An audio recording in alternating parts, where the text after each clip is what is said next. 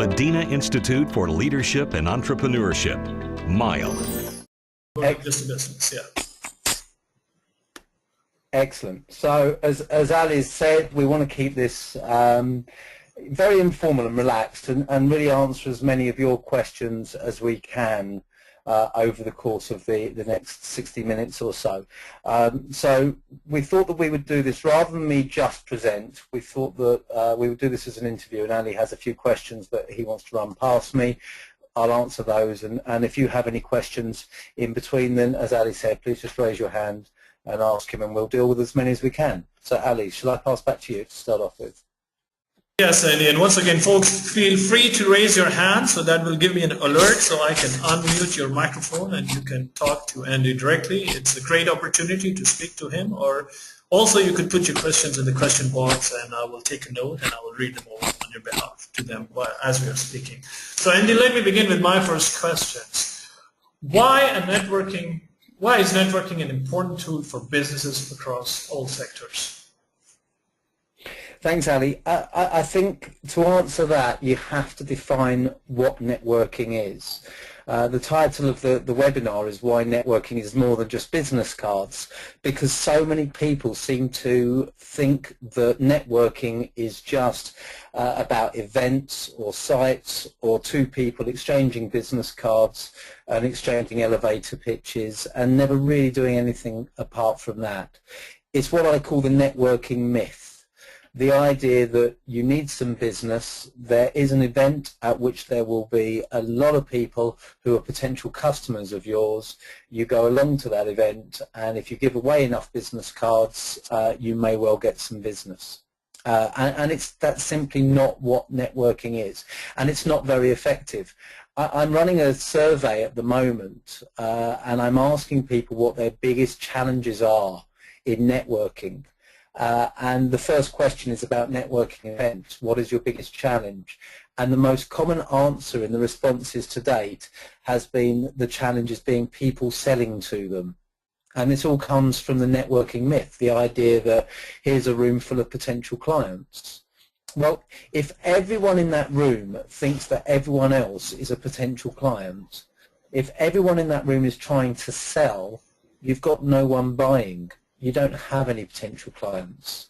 And what this survey is illustrating is actually that repels people rather than attracts them. So we need a different approach to networking. We need something that's more positive, that's more engaging, and that really reaches results. And here's my definition of networking. I believe networking is sharing our expertise, our experience, our worldview, our ideas and our contacts to enhance our potential beyond the level we could achieve on our own. You see, I have certain things that I'm good at. I have certain areas of expertise. I have experiences that you may lack. But equally, you have ideas, experiences and knowledge that I may lack. And if you think of everyone on this webinar, if we pulled all of those resources and we could just take what we need and give to others what they need, we can all achieve a lot more. So that's really what I mean by networking. I mean, definitely this generates business opportunities, but how would you define how networking helps individuals and organizations specifically? Okay, so once you've understood that this is what networking is and it's about this collaboration, you then are in a position to say, what do I need to achieve? You know, you've asked me businesses or individuals. Well, as an individual, what do I need to achieve in my career? As a business, where do I want this business to go? Now, what do I lack? What don't I know? What haven't I experienced? Who don't I know? And who do I know who can help me plug those gaps? So I believe that networking and our networks as a whole help us in three areas. They help us to become better known, better equipped, and better connected. So if I take those one at a time, networking to become better known, I was approached by someone at an event at which I spoke, and he called me over to his table and he got out his mobile phone and he said, Andy, I have 2,000 contacts on this phone. He said, that's good networking, isn't it? And I looked at his phone and I said to him, if you called any one of these 2,000 contacts and they greeted you by your first name and they were happy to give you their time and they were happy to help you, then yes, that's a good network. I said, if while we're at this event, while we're having this conversation, if any of those 2,000 people were sat opposite the right person for you, someone that you wanted to meet, someone you wanted to hear about you, if they recognized that, if they thought of you, if they knew why that person was relevant to you and vice versa, and if they knew what to say and made a connection, that's a fantastic network. Otherwise, it's just easy to carry around a mobile phone than a copy of Yellow Pages. So we get sucked into this belief that networking is all about, it's not what you know, it's who you know, when in fact it's who knows you and what they know about you, what they say about you when you're not in the room. And I would challenge everyone listening to this webinar, how many people do you know who at the moment, while you're participating in this webinar, are standing in front of someone you would want to know about you? And how many of those people would recognize that and know what to say? So our networks can help us raise our profile. They can help us if we take control of the message we want people to spread, if we think about the message we share with people, who they're going to meet and how well equipped they are to share that message. And that helps us whether it's about generating new business, whether it's about key influencers being aware of us and considering us for requests to tender, for example, for new business opportunities, or as individuals, you know, for promotion or new jobs. Most jobs are filled through word of mouth. As soon as a job comes up, two people get together and say, who do we like for this? And if you're looking at promotion prospects, is your name going to come up in the right conversation for the role that you want? So that's networking to become better known. The next area is networking to become better equipped. And this is a very, very wide area. There's a huge amount of this, and I think it's fundamentally underestimated. You know, in that definition, I said sharing our expertise and our experience, our worldview and our ideas. And this is all part of networking to become better equipped. So whether it's support for an individual, where people, whether they're looking for work, whether they're in work, whether they run their own business, they have a network of people they can turn to. And that can be in a formal relationship like a mentor, or informally, just having a group of people they trust and they know they can turn to and say, can I pick your brains? You know, can I bounce an idea off of you? Or whether it's for businesses, and this is a key area for larger businesses, breaking down silos internally, understanding the importance of getting different divisions and different departments to share information. It's incredible, Ali, how much competition I see within organizations as opposed to collaboration. And I would argue that almost you see more competition inside many organizations than you do with their actual competitors. And it's about a culture change and creating a culture where people talk to each other. Okay, Andy, just because I'm excited that people have already started inserting the questions. So we have the first one from Brother Mahsen Lodi. The question is, how is it different from interpersonal skills? It's not different from interpersonal skills. Interpersonal skills are a key element of effective networking. All of networking is based on trust and relationships, and you can't build those relationships, you can't develop that trust unless you have strong interpersonal skills. If you don't know how to engage with people, if you don't know how to build rapport, if you are focused only on what you can get and not what you can give, then you have poor interpersonal skills and you won't develop relationships. So you won't build a network of people who can help you. So the interpersonal skills help you develop the network to then get these benefits from. I mean, Coming back to another question, what are your top tips to make the most of networking events? In fact, we have supplementary questions like how much time should be spent for networking? Is there a formula? What one has to look for networking with people, or how do we profile the people? Okay, quite a number of areas there. Can we come back to that, Ali, if that's okay? Because I think we've got a question about networking events coming up. Yeah. And if you can park those questions and come back to them, because I think we'll deal with a lot of that, and we can probably then build on it with those questions. Okay, so let's go with the second one then. What are your top tips to make the most of the networking events? Okay, so with networking events themselves, I think it's going back to that first point that I talked about, where I said, remember that people aren't there to buy. And this whole idea that people go there trying to sell. The most important thing to remember if you're going to networking events is the importance of selling through the room rather than to the room. Everyone goes trying to look for prospects there when we've established people aren't there to buy. But don't forget the people they know, the size of their networks. So get to know people, engage with them.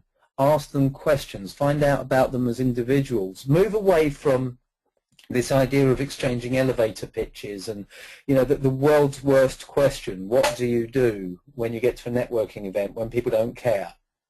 And instead, don't worry about the label, the job title, find out about the person, because if it goes back to those interpersonal skills, if you can build the relationship, you can then get the help, and then the opportunities that you seek may not be provided by that person, but by the people who know them. But trust has to come first. In terms of the event itself, my top tips would be, number one, prepare. Understand why you're there, what you want to achieve from it, how it fits into your business plans. So be very clear about those reasons before you go along to the event. If you get a list of attendees, feel free to go through it and see who's going to be there who you know and who you've met before. It's a great way of helping you not get stuck where you can't remember names of people you've met before if you know who's going to be at that particular event. But don't get too caught up in only trying to meet those people. You know, that allow for random connections. So if you're aware you want to meet a particular person and they'll be at that event, that's fine. But don't ignore everyone else in trying to find them. Another key thing for a lot of people is about overcoming the fear of approaching strangers, and so getting out of our comfort zones. There was a survey in the New York Times where they asked people, what are you most frightened of? Death came third. The top two fears in that survey were walking into a room full of strangers and speaking in public. So obviously a lot of people have a challenge walking into a room full of strangers, walking to a networking event. Just remember that, but remember why you're there and remember why everyone else is there. So some simple tips to help you with that. The top one is get there first. If you're the first person in that room, where's the second person going to go? They're going to come over and chat to you. So that initial fear of approaching strangers has gone straight away.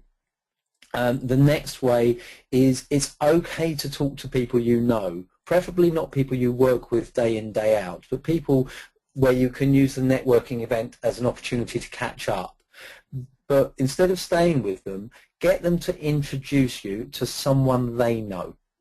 Because have you noticed that if we're introduced to someone through a mutual contact, we don't feel the same fear of meeting a new person? So get them to introduce you if you can. And then if all of that fails, then look around the room and read body language. I would always start by looking around the outside of the room for people standing on their own, because I work on the basis they probably haven't gone to a networking event for solitude. So I would approach them first. And then I'll look at body language. So you can see on your screens an image of a networking event here.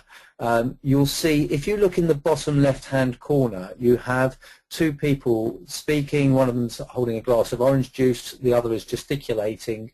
It would be quite difficult to approach the two of them. They're in what we would call a closed position, closed body language, where they're obviously in quite a deep, intense conversation. You don't want to interrupt that. My rule of thumb is, if I approach those two, they would have to move body position in order to accommodate me into their conversation. So I look for open groups instead, people who are in a semicircle or standing at a slight angle to each other, where I can simply walk up and join their conversation very comfortably. So read body language as well, and then wait to join their conversation on their terms. I was at a networking event this morning, and I was in quite a deep conversation with someone, and we were leading somewhere that was quite important for me. And I was actually about to ask him to do a favour for me. It's someone I know. And someone else came over to join us, and the next 30 minutes were purely about his business. We stopped our conversation because he came over and walked straight in. And out of politeness, we started asking about him. And the moment had gone. So don't do that to other people. Be much more aware of their conversation and join on their terms. And then when you're in the conversation, you're looking for what you've got in common. So not what do you do, but ask about the event, ask about speakers, ask about have they been to that event before and how they value it, because you'll find it much easier to engage in conversation on those grounds rather than asking what they do and finding out it's something you've got no interest in at all. Okay, we have now a number of questions already posted, so if you allow me, let me take a couple of them. So how do you move away from one person to another without offending the other? The great how to get out of the conversation question, the most common one. There are a number of ways of which, excuse me because I have to go to the toilet or to get a drink, and not the ones I advise. The best way of exiting a conversation is to introduce the person you're speaking to someone else. Ideally, because you've recognized someone else in the room that they would find value from talking to. As soon as you make that introduction, then you're redundant in the conversation. They'll get on fine without you once you've introduced them, and you're free to move on. So that's my top tip. That's the best way of doing that. Okay, and then we have another one. What is the main difference between networking in dedicated networking events versus events where networking is one item on the agenda? I'd say the biggest difference is the motivation for people to be there. If you go to a dedicated networking event, you know everyone is there to meet new people and to network. Therefore, that gives you permission and greater confidence in approaching them. If you go to an event where there are other things happening and networking is one part of it, you may find it harder to approach people. They may be less open to your approach. Don't take that personally, and just recognize that they may not be there for the same reason as you are, and find someone who is. What I would say about events where, conferences for example, where you have a series of speakers, if you know what your goals are, if your principal objectives are networking, then make the most both of the networking sessions, but also if there are speakers who aren't necessarily addressing an issue of concern to you at the moment or something that's relevant to you, use that time to set up a one-to-one meeting with someone, or there's always people wandering around. Find some quiet time. Similarly, if there are speakers that are of interest to you, think about it in advance and ask yourself, what do I most want to get from that talk?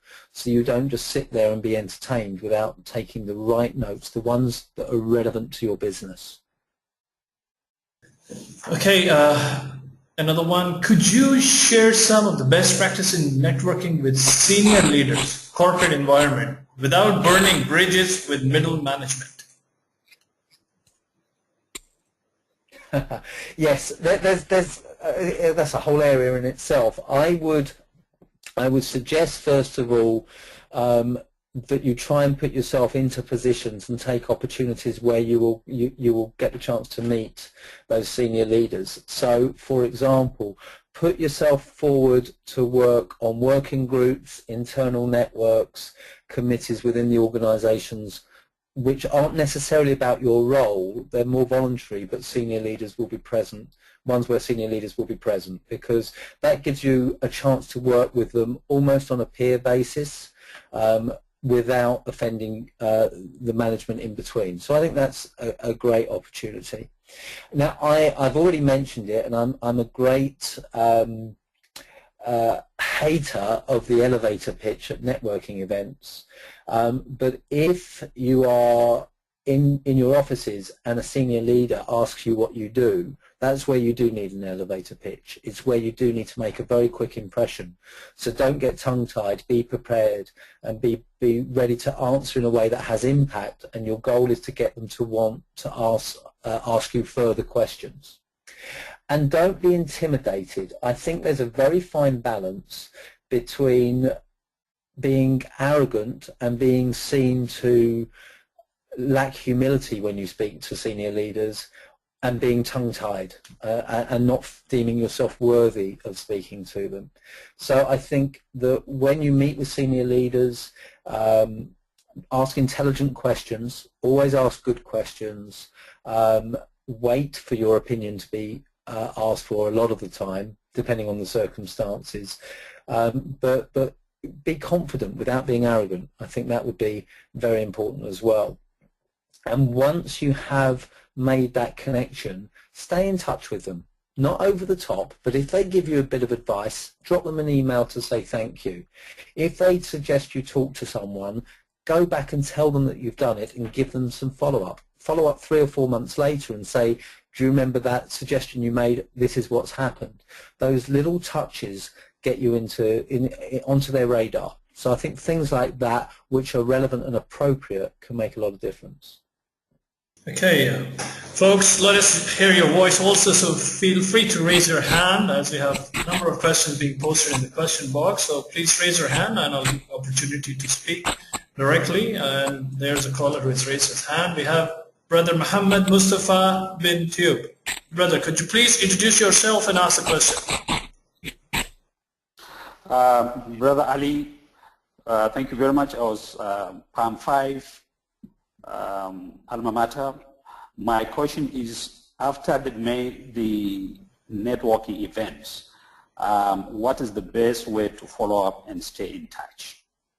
What an excellent question. Was it Mohammed? Yes. Yeah, thank you for that question. It's such a good question, and I'll tell you why. It's because it's the most important thing to do. It's the most common sense thing to do, and yet so many people fail to do it. And at the event this morning, I was complaining about someone who the month before I'd spoken for 20 minutes to because of where we were sat together. I'd offered some support, offered some help. He didn't have a business card. I gave him mine. I offered to do something he was looking for, and he never followed up. And I'm angry because, you know, I don't know why he's there, and he's wasted my time as well. And I think we have to recognise that respect for other people's time. Here's the best advice I've ever heard on following up, and it's something I share a lot. I can't claim credit for it. I wish I could. But it's 24/7/30. I don't know where it came from originally. Someone mentioned it on one of my workshops many years ago. 24/7/30. Follow up within 24 hours of first meeting, then again within a week, and then again within a month. 24/7/30. Each of those interactions should ideally be different and two-way. And if you do that, then they'll be in your network. And you might go 6 months without speaking, but they'll remember you. Whereas you take people I met this morning for the first time, if I don't do that, I might not see them for 4 months, and neither of us will remember the other. So it's about getting into that network. What I tend to do is I will do an email within 24 hours. It was lovely to meet you. No sales. I will reiterate what we talked about. I will follow up what I promised to do. If they have asked for information on what I do, I will provide it, but only then. I'll then connect with them on LinkedIn within a week, or in about a week, and I have a system that reminds me 7 days later to do that. And then I'll aim, depending on where they are in the world and diaries, etc., in an ideal world, I'd aim for a one-to-one meeting within the month. But even if you're having several emails to arrange that one-to-one meeting, you're having interaction. So that gets me into their network. And after that, it's about staying in touch. And a couple of things I can recommend on that. Number one is social media. So follow them on Twitter, friend them on Facebook if they find that appropriate. Connect with them on LinkedIn, which we've mentioned already. And you know how on LinkedIn now and on Facebook you can like someone's status, you can comment on it, you can retweet someone on Twitter. Those are great ways to stay in sight, in mind. If you keep doing that, they remember you. It's not a substitute for face-to-face interaction, but it keeps the sun shining on the relationship when you're not there to nurture it face-to-face. So that's one way, and the other is what I call, I saw this and I thought of you, where if you read an article, you read a blog, you see there's a television program on, you send it to someone and say, I saw this, I thought of you. So at this very moment while we're speaking, there's a program on Radio 4 on the BBC about networking. I'm aware of it. I know the person who's put it together. I've had several people send me messages this week saying, I saw this and I thought of you. Little touches, it makes a huge difference, because you should have as many non-transactional interactions as possible. And by that I mean you should be reaching out to people in your network when it's not about you and it's not about what you do. It's about them and how you can help them, or just showing you're thinking of them. As many of those as possible. I hope that helps, Mohammed. Brother Muhammad, you have muted yourself. Allow me to also thank you, Brother Muhammad. Brother Muhammad Mustafa is an alumni of MILE. He attended our flagship program for advanced leadership and management. Brother Mustafa, since it's a networking webinar session, why don't you also give little details about yourself and background, so all of us, about 30 of attendees, get to know you as well. Yeah, Andy, that was a beautiful presentation. I took copious notes. Briefly about myself. Okay, Brother Muhammad, I believe you're losing your voice, unfortunately. Brother Muhammad Mustafa, I'm sorry I had to mute you. Unfortunately, your voice was breaking up, so my apologies. But as I mentioned, folks, Brother Muhammad is from Malaysia and he attended the program for advanced leadership at MILE 5. Let me move to the question box. Since we touched on the social networking, we have another question from Brother Muhammad Al-Mahfoud. Can you shed light on virtual networking in general, not just LinkedIn? For example, there are some courses, virtual events that have a chatting deck where participants can contact each other. Yeah. I think looking at social networking as a whole, whether it's the sites we all know about, like the ones I've mentioned, the ones that we've heard about that don't necessarily use them, Instagram, Pinterest, Google+, there's so many, or the instant messaging apps, they create this tremendous opportunity for us to stay in contact with the people around us. I think the biggest problem with them is one of focus and direction. A wonderful quote here from Brian E. Boyd, who wrote Social Media for the Executive, where he said, social media takes time and careful strategic thought. It doesn't happen by accident. I think people are starting to understand this. I think they're beginning to get that. But you still get so many people who don't understand. You know, I've got all these tools at my disposal. What am I going to use them for? So have a clear idea about how they're going to help you.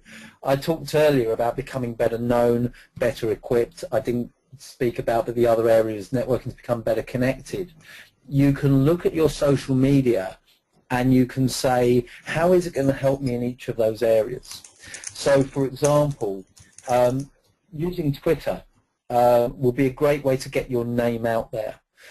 Using Messenger or Skype will be a great way to just stay in touch with people in your network. So you're constantly, that networking to become better known and educating people really helps you. Things like LinkedIn groups, and there are a range of different sites that offer forums. Those are fantastic for asking questions and finding out how other people perceive the market, finding out about what people are thinking in your own industry, finding out about what your clients are thinking in their industry, and engaging with people and really researching what you're looking to do. And then LinkedIn is a fantastic tool for referrals. Because you can find out who knows the people you want to meet, and you can reach out and look for introductions. But having that strategic approach to it makes all the difference, because so many people just sign up to social sites and social tools without thinking, how am I going to use it? And as a result, they either waste an inordinate amount of time on them, thinking they're doing something, being busy without actually achieving, or they give up very quickly because they can't see where the return is. So strategic thought is key, and if you've got that strategic thought, I think it directs how large organizations, how they approach them and engage with them and allow their staff access. Because if there's a clear idea, this will help us achieve X, Y, or Z, and you can give direction to your staff about how they should interact in order to get to there, then social networks, social media can be a tremendous tool. I do think it can go too far. I get a lot of Skype requests. I'm someone who, when I'm working at my laptop, I don't want necessarily unexpected interruptions. I have my time where I can be interrupted and time when I can't. So I will have Skype off a lot of the time. And I have Messenger sent to silent. So if I'm not, it stops dragging me in when I'm trying to focus on doing something else. But sometimes it's helpful. It's helpful for me to connect, to take the temperature, to ask questions, or just when I actually do need distraction briefly. But I think the most important thing I would say is don't let it replace face-to-face interactions. So use these tools by all means, but don't use them instead of going out and seeing people. Okay, another one from Brother Yusuf. Once I introduce myself to someone I value, what boxes I need to check with him in order to move on to meet someone else? How much time would you spend on average with one person to get to know him before moving on to the next one? As you don't want to come out of the networking event knowing a person or two, or you do? I think I wouldn't specify X amount of time. What I would suggest would be this. Be very clear about why you're going to that event in the first place. If you're going because you want to meet a number of new people, then be very clear about that and don't spend too long with any one individual. If you are going and you're only looking for 2 or 3 really good connections and that makes it worth your while, then if you're in a good conversation, allow yourself to stay there for a bit longer. So your objectives play a key role in that. Number 2 is there are 2 reasons you would want to get out of a conversation. One is because it's going nowhere, you have no rapport with that person. It might be an interesting conversation, but you don't see the relationship going any further. I would go back to my advice earlier. If there is an opportunity in an appropriate way to introduce them to someone else in the room, I think you need to meet so-and-so, let me introduce you, and you explain why. That's the best way out of that conversation. If you found them on their own and they're naturally quite shy, I wouldn't leave them on their own. But if you can't see a natural introduction, you can say, look, we both need to meet some more people. why don't we go and join that group over there? If you join another group, different conversations will take place and you will separate naturally. The other reason to end a conversation is because you need to network with other people, even though that conversation is very interesting. And the way to end that one is to say, I think this is very interesting. We both need to network here. We both. I don't want to hold you up from meeting new people. Do you have a business card? Let's exchange cards. I will follow up with you, and let's get a date in the diary and meet for a coffee. And then you can take it elsewhere.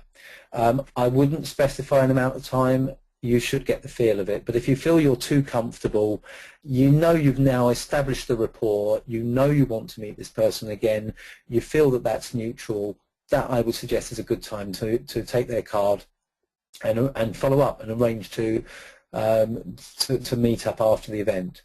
I wouldn't exchange cards unless you intend to follow up or someone asks for your card.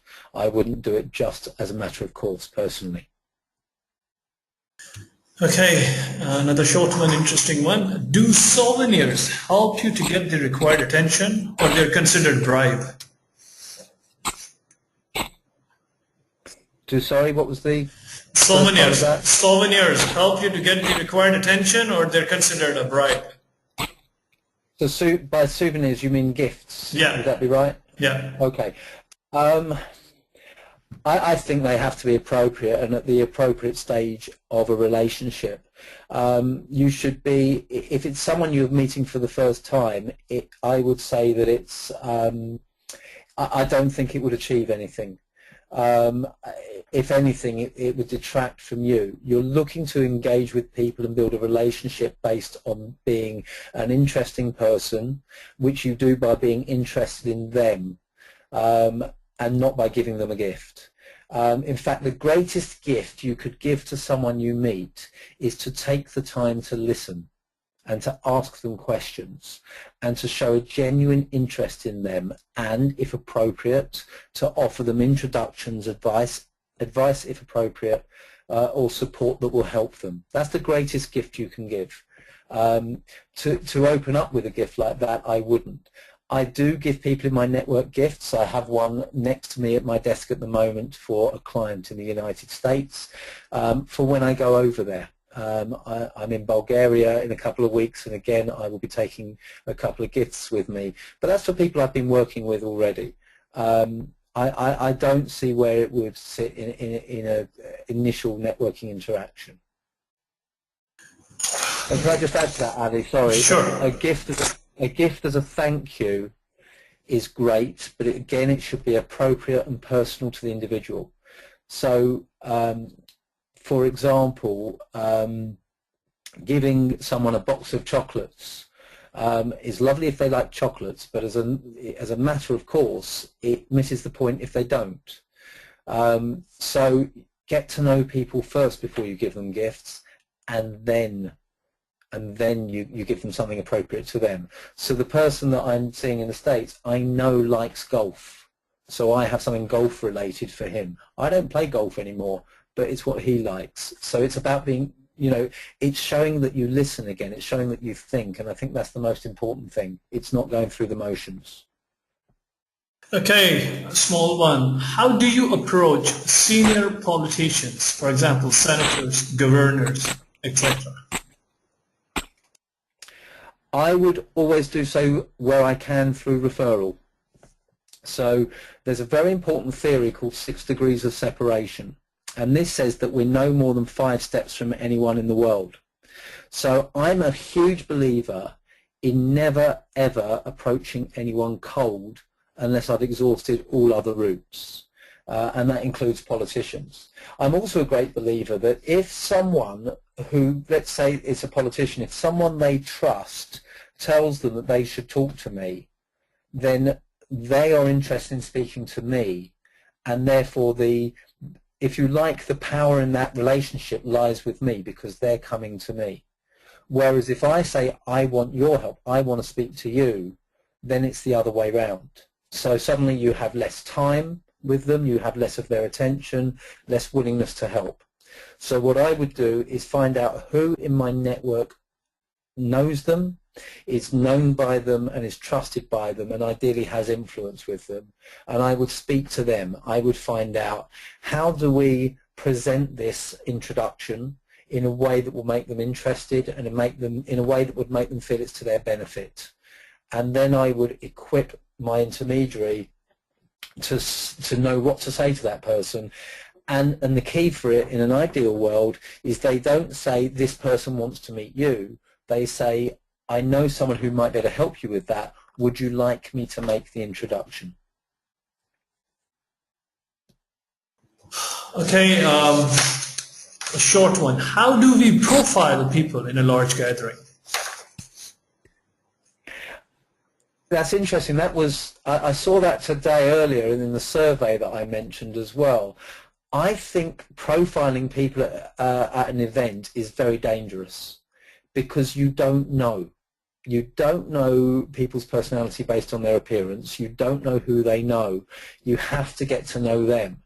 And you know, it's a very common mistake that people jump to opinions about people based on their appearance. I wouldn't.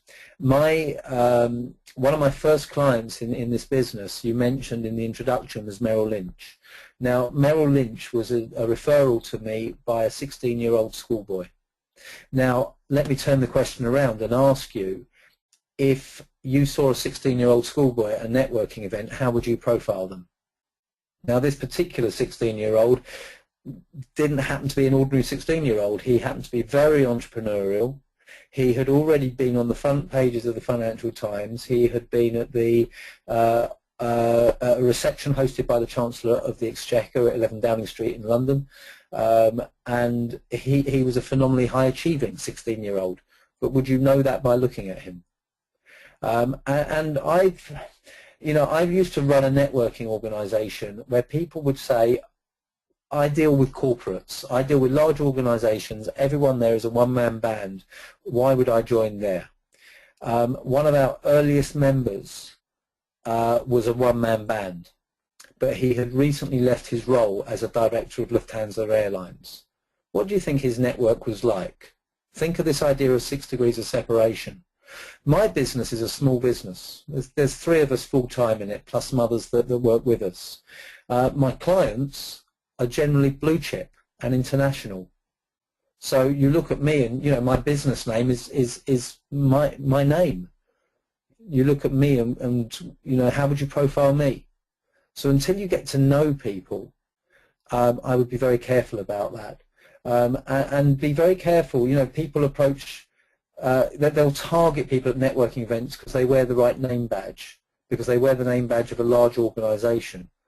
But because they're at a networking event, the chances are they have absolutely no responsibility for procurement. Get to know the individuals, and then going back to what I said earlier, sell through your network, not to your network. So the only way I would profile is I would be looking for people like me, to the degree that I have something in common that I can build a rapport with them. Okay, coming back to the social networking sites, which ones do you consider the most important for businesses? And should large organizations allow their staff to access these networking sites? I think, going back to what I said earlier, it depends what you want to achieve. I think LinkedIn is the most obvious site for business. Particularly if you are selling business to business, your sales team should be on LinkedIn. They should be taught how to use it effectively to generate referrals. For example, I went to Vancouver last year, and a month before my trip, or even less actually, a couple of weeks before my trip, I searched for second-degree connections in sales in Vancouver. And I ended up with 2 very high-profile meetings with very senior people in big organizations through intermediaries. Your sales team should be on LinkedIn. Facebook is very, very good in terms of raising profile, in terms of creating customer engagement and client engagement, depending again on your business. If you have a very visual business, a product-based business, Facebook and Pinterest and Twitter I think are key. So I'm working with a tailor at the moment, and I would say that for him, I think LinkedIn is a valuable tool, but Facebook and Twitter are far more powerful, where he can be sharing images of the suits that he makes and the process and so forth.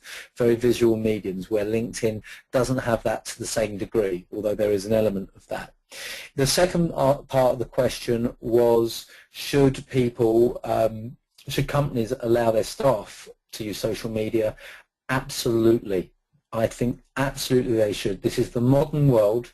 It's a core part of communication in the modern world, and you are going to start to recruit people from the millennial generation who are starting, you know, in the next 5 years, they're going to be coming into the workplace, who have been brought up on using social media 24/7. They will be coming in with highly networked worlds. They will have stayed in touch with people they went to school with, to university with, travelled, first job, second job, etc., which I never had. You know, when I went to school, when I backpacked, when I had my first jobs, you left, you moved on. You didn't stay in touch. That world has changed. How powerful would those networks be to companies who really know how to access them? Those that allow their staff to access them and stay engaged with them while at work. How powerful would they be for sales? How powerful would they be for recruitment? How powerful would they be for collaboration, joint venturing and advice? You have to open the doors. But then what you do is you set guidelines. I'm sure that when email first came out, businesses were saying, should we allow our staff access to email? You set guidelines. In your employee handbook, you say, this is what you can do, this is what you should do, and this is what you most definitely can't do. And it's the same as anything else in the employee guidelines. You just are very clear on how you do it.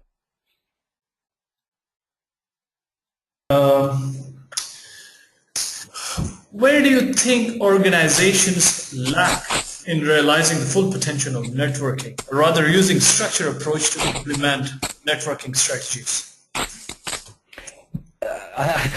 I think it's a very simple answer. They don't do it. Most organizations still view networking as about events, canapes and business cards, and they don't understand where that real power is in the networks of their directors, the networks of their management, the networks of their employees.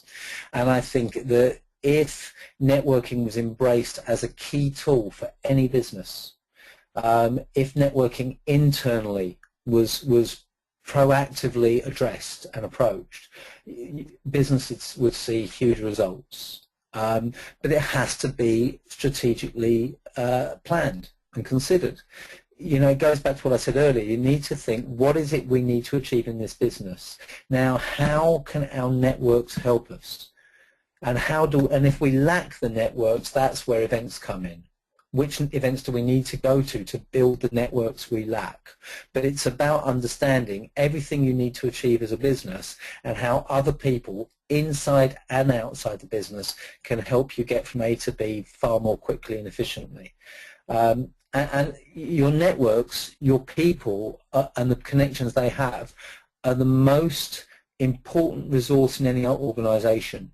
But the network side of those people, I think, is overlooked by the vast majority of businesses. Okay, we have a caller raised his hand. We have our regular caller, Dr. Muhammad Rashad. Dr. Muhammad, please introduce and ask the question, sir. Yeah, hi Andy, I'm a professor here in Kingdom Saudi Arabia, and thank you for your presentation.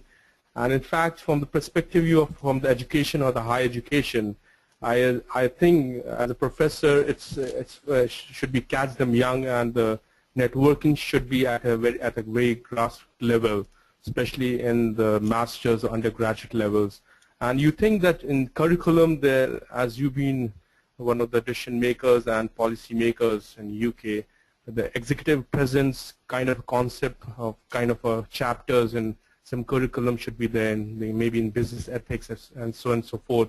In fact, trigger more of networking, and because in today's scenario, social media is there, but you know the professionalism is still lacking, and the new approach for executive presence can only be forward when the students especially get that polish shined up well, especially when at the time of networking recruiters or employability skills improvement? What are your suggestions for that? Thank you for the question, Professor. I agree completely with you. In fact, 30 minutes after the webinar, I have a call booked with one of the big universities in the UK, in fact my old university, and we're talking about some work that I can do with them, both with the students and with the academics, because I think that's important as well, getting academics engaging with local business. I think the world is changing, and I think the world of students is changing. When I never heard the term networking until I was 29 years old,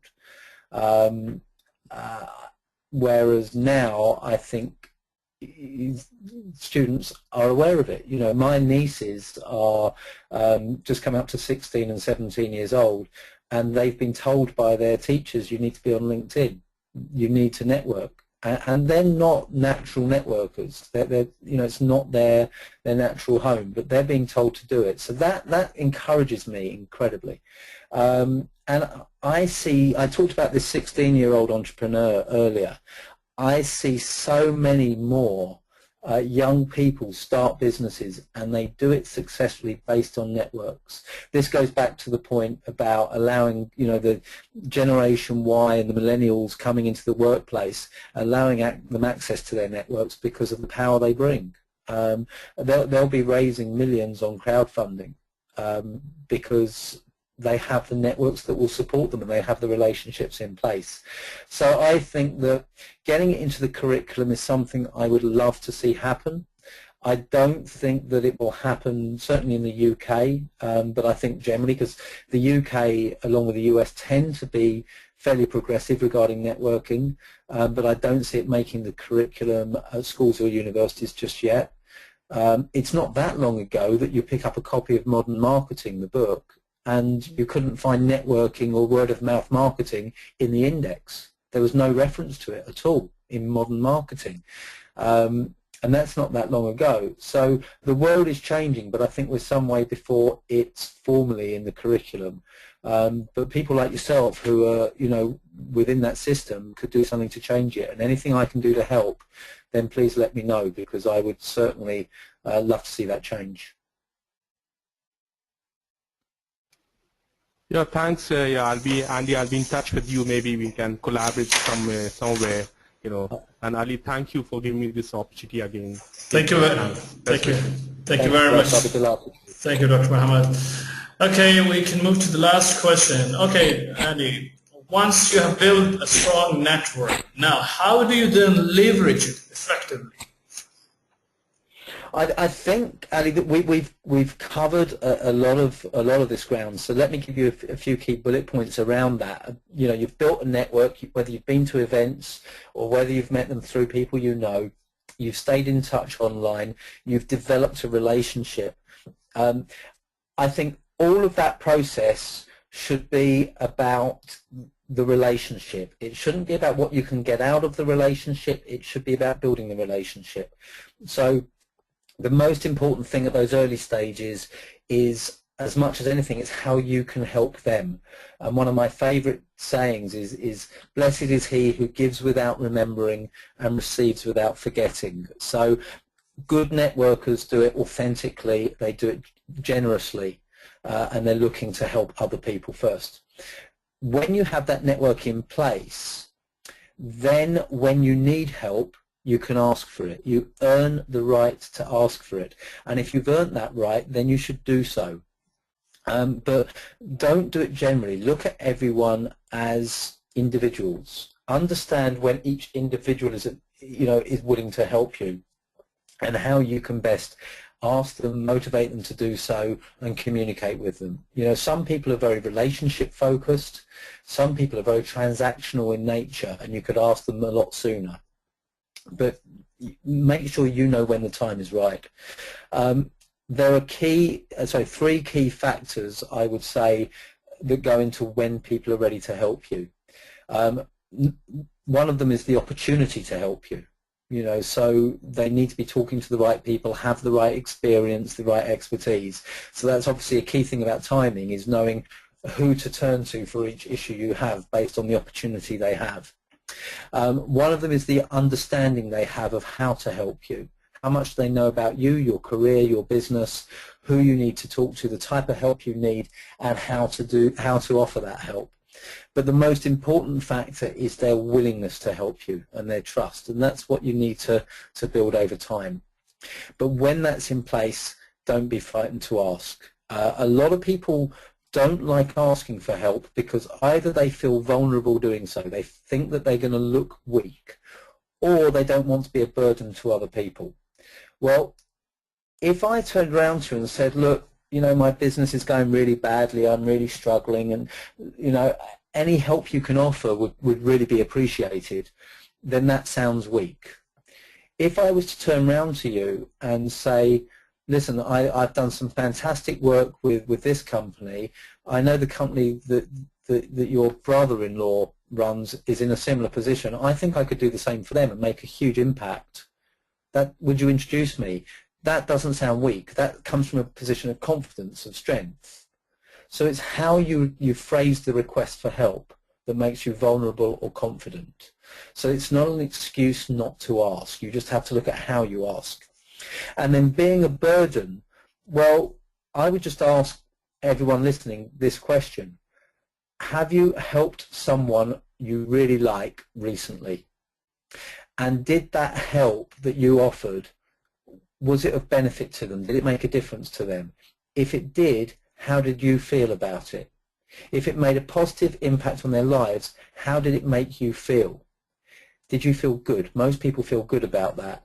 So instead of being a burden when you ask, if you build the relationships with people in the right way, if you get them to the point where they want to help you, then if you don't ask for that help, you're not avoiding being a burden, you're denying them a pleasure.